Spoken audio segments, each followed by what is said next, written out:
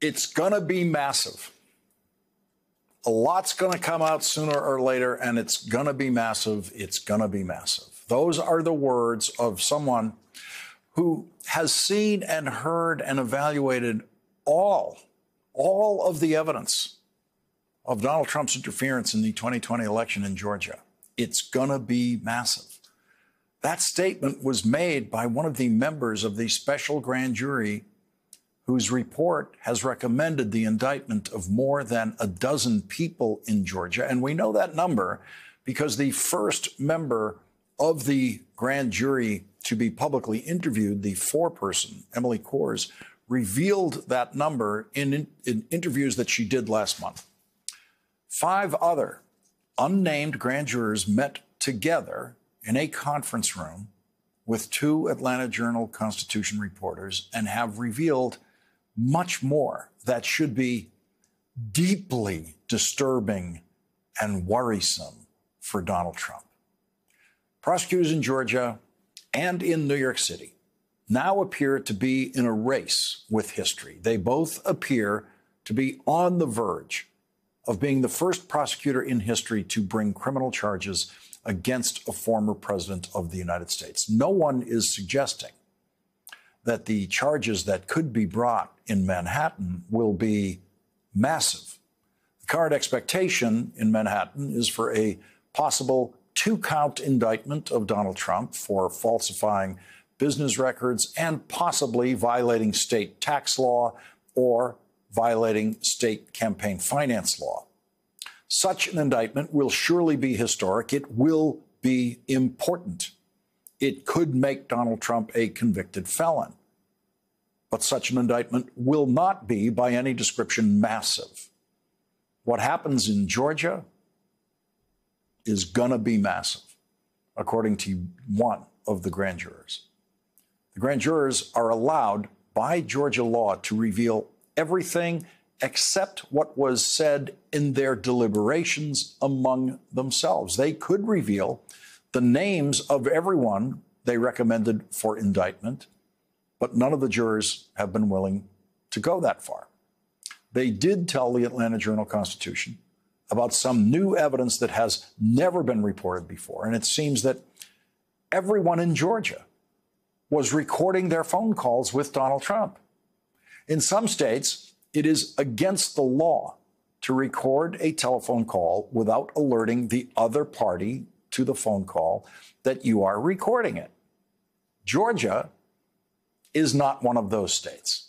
And this is one of those moments where we can be grateful for Donald Trump's impermeable ignorance and relentless stupidity.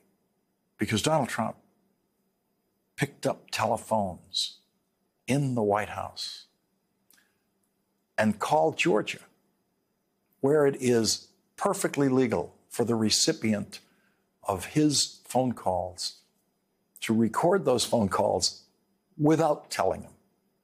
Now, we already know that that resulted in what is now the most famous and notorious recorded telephone call in the history of telecommunications. All I want to do is this. I just want to find 11,780 votes, which is one more than we have. That was, of course, Donald Trump's call to Georgia Secretary of State Brad Raffensperger, who testified about that call to the grand jury. The grand jurors told the Atlanta Journal-Constitution about another recorded telephone call.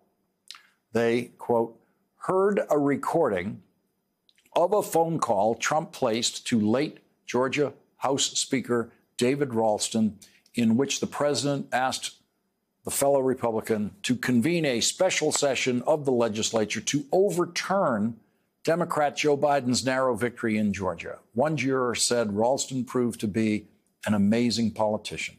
The speaker basically cut the president off. He said, I will do everything in my power that I think is appropriate. He just basically took the wind out of the sails. The juror said, well, thank you, is all the president could say. David Ralston did not call a special session of the legislature to overturn the election. David Ralston died in November of last year.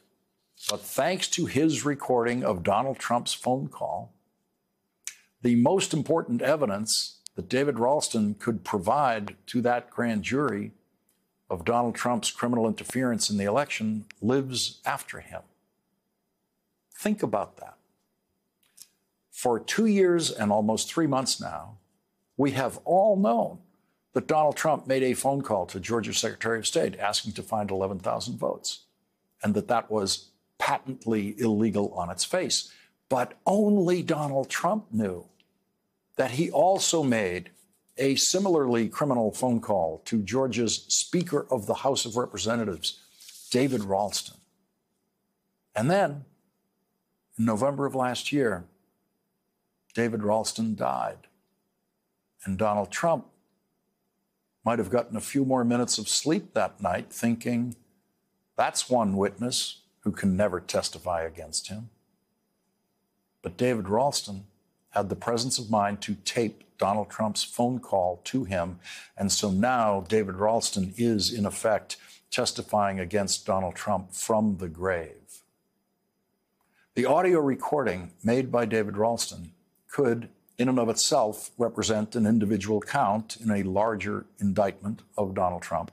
If Donald Trump committed a crime in his phone call to David Ralston, it is a different crime than the one he may have committed in his phone call to Secretary of State Raffensperger.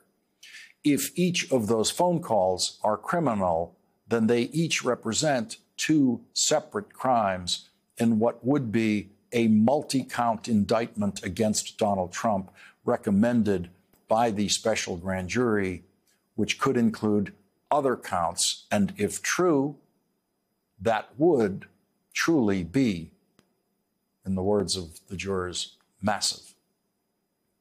The grand jurors were emotional in their interview about the harm that Donald Trump and Rudy Giuliani and the rest of Donald Trump's liars inflicted on people by the lies they told about the election. Harm to individuals and to all of the American people. Among the most compelling witnesses, various jurors said, were Fulton County poll workers Ruby Freeman and her daughter, Shaye Moss, who had received death threats after being singled out by Trump and his then attorney, Rudy Giuliani. Another mentioned Eric Coomer, the one-time executive for Dominion Voting Systems, who left his job after being vilified. Also mentioned was Tricia Raffensperger, the wife of Secretary of State Brad Raffensperger, who broke down when describing the vitriol and threats leveled at her. One juror said, "I was pretty emotional throughout the whole thing." A juror said, "I wouldn't cry in front of any of the witnesses, but when I would get in my car, I was like, I just left that and I have to go do my job now? I just know things that are hard to know." A grand juror crying in the car after hearing what Donald Trump and Rudy Giuliani did to Ruby Freeman and Shaye Moss. There is nowhere I feel safe. Nowhere. Do you know how it feels to have the President of the United States to target you? Yes, a lot of threats, wishing death upon me, telling me that, I'll be in jail with my mother, and saying things like, be glad it's 2020 and not 1920. Were a lot of these threats and vile comments racist in nature? A lot of them were racist. A lot of them were just hateful. But yes, sir. One of the members of the grand jury cried in the car after hearing testimony like that, and after hearing testimony from the Georgia Secretary of State's wife, Tricia Raffensperger, who testified to this grand jury, which was not widely reported. She described the death threats that she received from Trump supporters while she and her husband were still deeply mourning the death of their son. grand jurors who were brought to tears by testimony like that have sent a message to the people who caused that pain, to Tricia Raffensperger and to Ruby Freeman and to Shaye Moss. And that message is the recommendation of the indictment of more than a dozen people who were pushing the lies that caused that pain. David Perdue was one of Georgia's Republican senators running for re-election in a runoff campaign in December of 2020, which he lost to Senator Jon Ossoff. The grand jurors revealed that David Perdue also wanted the Georgia legislature to convene a special session to illegally overturn the presidential election. Quote, Perdue, a key Trump ally, was asked about a meeting at Truist Park in December 2020, during which he told Governor Brian Kemp he wanted the legislature to convene a special session to challenge Biden's victory, a juror said. Governor Kemp was also a witness to this grand jury, so the grand jury has heard testimony on both sides of that conversation, which might or might not be one of the elements in one of the indictments recommended by that special grand jury. One of the most horrible and enduring myths that surrounds the presidency is the notion that America would be torn apart and harmed if we ever subjected a president or a former president to criminal prosecution. There is absolutely no evidence at all for that myth because we have never subjected a president or former president to criminal prosecution, possibly because of the strength of that myth. But that was the rationale that President Gerald Ford used when he pardoned the man who made him president, Richard Nixon, 1 month after Nixon resigned the presidency, thereby making his vice president, Gerald Ford, the president. Gerald Ford claimed, based entirely on his own imagination, that the pardon he was issuing to the former president for any and all crimes committed while Nixon was president of the United States was for the good of the country. The pardon wasn't for Nixon, it was for us. It was for the good of the country. The special grand jurors who know everything that Donald Trump did in Georgia to try to overturn the presidential election do not appear to believe that it's good for the country to cover up or ignore or pardon the crimes of former presidents of the United States. One grand juror said, I tell my wife, if every person in America knew every single word of information we knew, this country would not be divided as it is right now. A lot's going to come out sooner or later, one of the jurors said, and it's going to be massive. It's going to be massive.